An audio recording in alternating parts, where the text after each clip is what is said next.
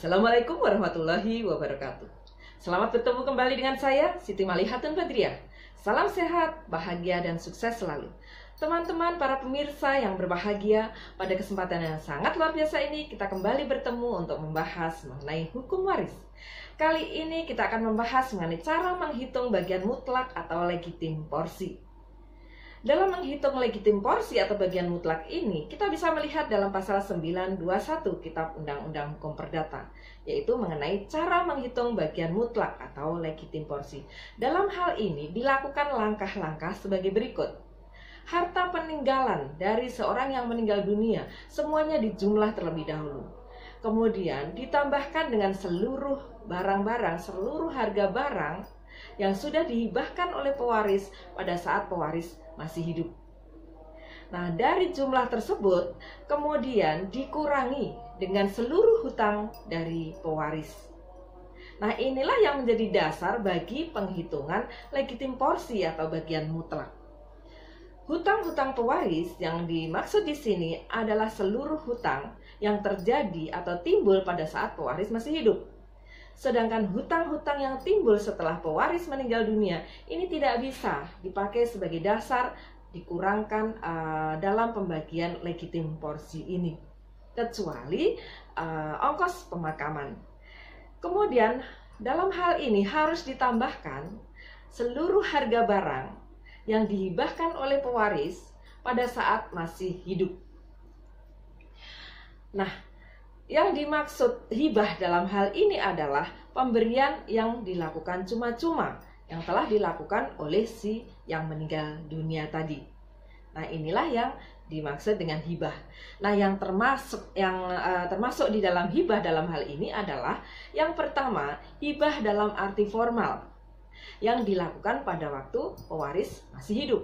Kemudian yang kedua, segala pemberian yang formal bukan hibah, tetapi di sini secara material dapat dikategorikan sebagai hibah.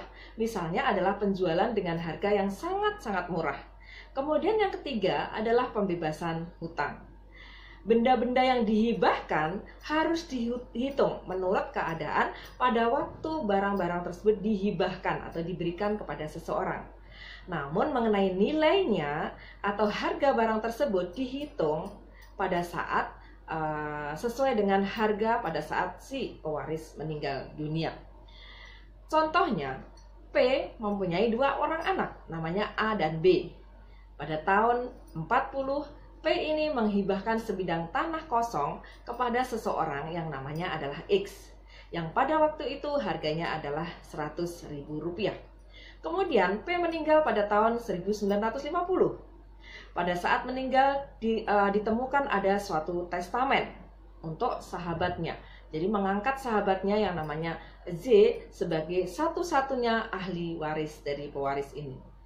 Melihat hal ini, para legitim waris kemudian menuntut haknya, menuntut bagian mutlaknya masing-masing. Nah, harta peninggalan seluruhnya, peninggalan pewaris seluruhnya pada tahun 50 itu, yaitu keseluruhannya tanah tersebut, tanah yang dihibahkan tadi itu adalah 200.000 harganya.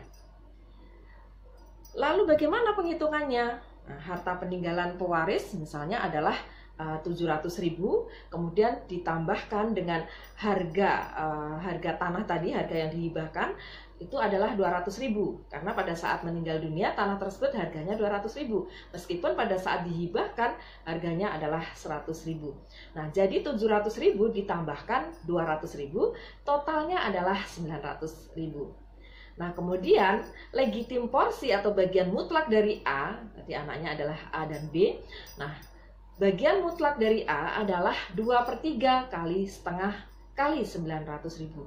2/3 kali setengah karena dalam hal ini adalah anak sah ada 2, maka di sini legitim porsi adalah 2/3 kali ab intestato. Jadi 2/3 kali setengah kali 900.000. Jadi dalam hal ini A memperoleh 300.000. Demikian juga B, legitim porsinya adalah 2/3 kali setengah kali 900.000, yaitu total seluruh harta pewaris tadi. Maka dia juga mendapatkan 300.000. Nah, jumlah legitim porsi, yaitu legitim porsi bagian mutlak A dan B, ini ditambahkan adalah keseluruhannya 600.000. Nah, Z diangkat sebagai satu-satunya ahli waris dalam kasus tersebut. Nah, hanya dapat menerima bagian 700.000 dikurangi 600.000. Jadi seluruh harta pewaris tadi 700.000 kemudian dikurangi bagian mutlak yaitu 600.000, jadi mendapatkan 100.000. Nah, P mempunyai 2 orang anak A dan B. Pada tahun 1960 menghibahkan pada sahabatnya X. Nah, ini contoh lain, yaitu bahwa P mempunyai 2 orang anak, namanya adalah A dan B. Nah, pada tahun 1960 kemudian menghibahkan pada sahabatnya yang namanya X sebidang tanah sawah. Nah, pada waktu itu tanah tersebut harganya adalah 1 juta rupiah. Pada tahun 1965 P meninggal dunia dengan meninggalkan harta seluruhnya berjumlah 6.500.000 rupiah. Sementara itu karena ada perubahan tata kota, tanah sawah yang dihibahkan tadi berubah menjadi tanah untuk perumahan. Harga tanah untuk perumahan pada tahun 1965 adalah 2.500.000 rupiah. Sedangkan tanah sawah harganya pada saat itu untuk luas yang sama adalah 2 juta. Nah, pada saat meninggal dunia, P ini kemudian ditemukan ada testamen yang mengangkat Z sebagai satu-satunya ahli waris. Nah, A dan B, anaknya tadi, menuntut legitim porsi, menuntut bagian mutlaknya. Nah, jadi dalam hal ini, harta peninggalan ditambah hibah dikurangi hutang, jadi penyelesaiannya adalah 6.500.000 ditambah 2.500.000 sama dengan 9 juta. Jadi seluruh harta peninggalan kemudian ditambahkan harga barang yang sudah dihibahkan. Jadi 6.500.000 ditambah 2.500.000. Nah, ketemunya keseluruhannya adalah 9 juta. Nah, legitim porsi dari A adalah 2/3 kali setengah kali 9 juta. Jadi dalam hal ini mendapatkan 3 juta.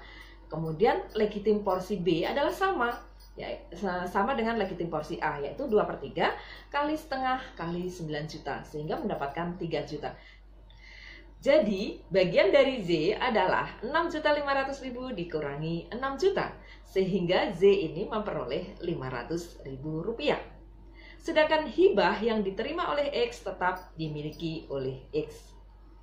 Lalu seandainya, bagaimana kalau ada pemberian-pemberian yang sifatnya sedemikian rupa sehingga legitim porsi dari legitimaris ini dilanggar? Sebagaimana diketahui bahwa legitimaris ini tidak bisa dikecualikan sepenuhnya dari pewarisan. Dengan demikian, paling tidak seorang legitimaris ini harus mendapatkan legitim porsinya atau bagian mutlaknya. Kalau pada waktu hidupnya seorang pewaris melakukan pemberian kepada pihak lain yang sedemikian rupa sifatnya sehingga bagian legitim porsi dilanggar, maka apabila legitimaris tetap menuntut haknya, haruslah diadakan inkorting atau pemotongan terhadap hibah wasiat atau hibah-hibah agar bagian mutlak dapat diberikan kepada si legitimaris. Ada 2 hal yang mengatur mengenai inkorting ini atau pemotongan ini, yaitu dalam pasal 916A dan 924 Kitab Undang-Undang Hukum Perdata. Syarat yang harus dipenuhi agar seseorang yang mendapatkan pemberian melalui surat wasiat betul-betul mendapatkan haknya adalah yang pertama, bahwa orang yang diberi keuntungan harus sudah ada pada saat si pewaris meninggal dunia dengan mengingat ketentuan pasal 2 Kitab Undang-Undang Hukum Perdata. Misalnya, P membuat wasiat pada tahun 40 kepada X. Tahun 1960, X meninggal dunia. Tahun 70 P meninggal dunia. Maka wasiat ini menjadi gugur. Dalam hukum waris testamenter, tidak ada penggantian tempat di sini. Syarat yang kedua adalah penerima keuntungan atau wasiat bukan merupakan orang-orang yang termasuk golongan yang tidak cakap untuk mewaris atau on bequam. Ketidakcakapan diatur di dalam pasal 912 Kitab Undang-Undang Hukum Perdata. Jadi seseorang yang dianggap tidak cakap untuk mewaris, untuk menjadi ahli waris di sini, yaitu pertama, mereka yang dihukum karena membunuh pewaris. Kemudian yang kedua, mereka yang menggelapkan atau memalsu surat wasiat. Yang ketiga adalah mereka yang dengan kekerasan mencegah pewaris untuk mencabut, mengubah wasiat. Kemudian yang keempat, orang tua, istri, suami, anak-anak yang termasuk dalam kategori 1 sampai dengan 3 tadi. Nah, inilah orang-orang yang tidak cakap mewaris atau onbekwang. Demikian apa yang bisa saya sampaikan mengenai cara pembagian legitim porsi atau bagian mutlak. Terima kasih atas perhatian teman-teman semuanya dan mohon maaf apabila ada kekurangan. Dan jangan lupa subscribe apabila belum subscribe, dan jangan lupa pula like, komen, dan share supaya video-video ini bermanfaat untuk lebih banyak orang lagi. Terima kasih. Wassalamualaikum warahmatullahi wabarakatuh.